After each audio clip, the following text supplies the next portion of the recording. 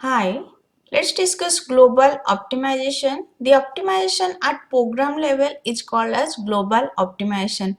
I already discussed local optimization where we optimize in a block level. If we are optimizing within a block, that is local optimization. If we are optimizing in multiple blocks simultaneously, then that is global optimization.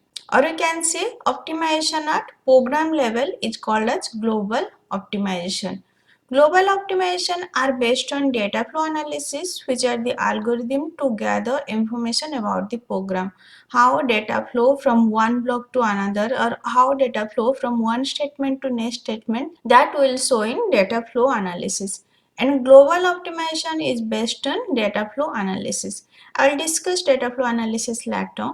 Type of global optimization: first, global common sub-expression elimination; second, copy propagation; third, dead code elimination; fourth, code motion; fifth one is induction variable and reduction in strength. I already discussed local optimization. In local optimization, I discussed local common sub-expression elimination, also copy propagation, dead code elimination, and reduction in strength. I'll take one example. In that example, I'll do the global optimization. Let's take a fragment of Quicksort for understanding this global optimization. I'm not taking whole Quicksort algorithm, it will be too big. I'm just taking a fragment of Quicksort. For this code, first I'll write the 3 address code. Then from 3 address code, I'll design the control flow graph. Then I'll do all this global optimization. So let me first write 3 address code for this fragment of Quicksort. First statement I equal to m minus 1, we can write as it is already in 3 address code. Next j equal to n, just write as it is. Next v equal to array of n. So first we need to multiply n with 4 as it is a integer data type. 4 multiplied n, that store in t1 temporary value. Next a of t1 will be stored in b. So b equal to a of t1. Now this statement is done. Next, do for this statement I equal to I plus 1, just write as it is. Next, while a of I less than b. So a of I, first we need to multiply I with 4. Just multiply I with 4 and that will be stored in t2. Next, a of t2 stored in another temporary value, that is t3. Next, when t3 less than v, go to first statement, means go to this I equal to I plus 1. So when t3 less than v, go to 5. Next we'll do for this statement, write down j equal to j minus 1. Next, while a of j greater than b. So first we'll do for a of j, multiply j with 4 and that will store in temporary t4. Next, a of t4, that will store in t5. When t5 greater than v, go to this j equal to j minus 1, and where it is? It is in statement 9. So write down if t5 greater than v, go to statement 9. Here it will go to this statement. Here go to 5, it will go to this statement. Next we will do for this statement, if I greater than equal to j, break. Break means will go out of the loop, means will go to this statement. This loop start from here and end here. So when break, we should go to this statement. If you don't know what will be number of this, just leave it blank. And when we'll write code for this, just write that number. So here just write down if I greater than equal to j, go to 23. I know that I'll write this statement in 23 numbers, so that's why I'm writing 23. If you don't know, just leave it blank. And when you'll write this statement, at same time, you just write the number here. Next we'll do for this x equal to a of I.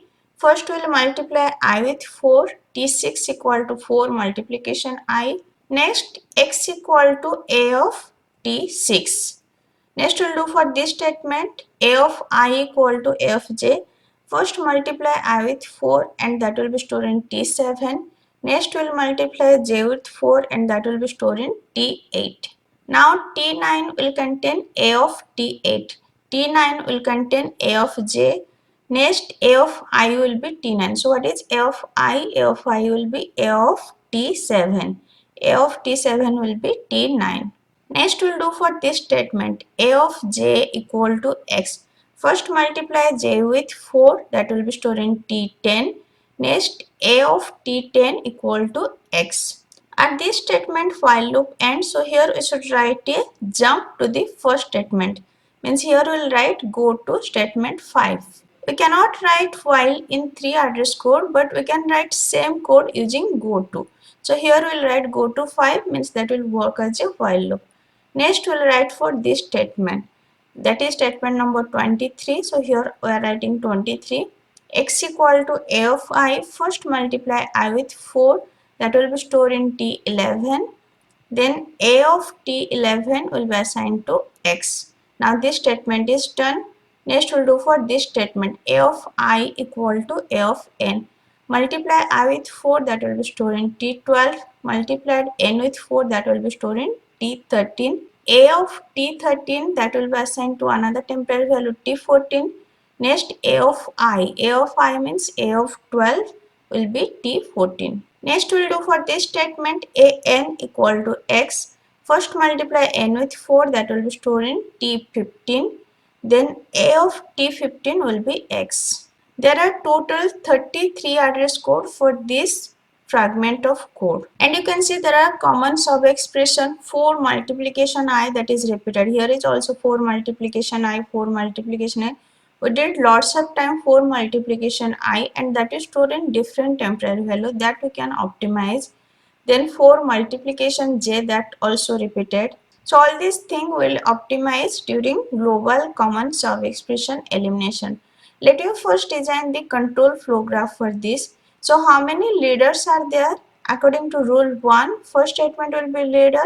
Then according to rule 2, any statement that is target of conditional or unconditional jump is a leader. So statement 5, statement 9, statement 23 should be leader according to rule 2. Next, according to rule 3, any statement that is next statement of a conditional or unconditional jump is a leader.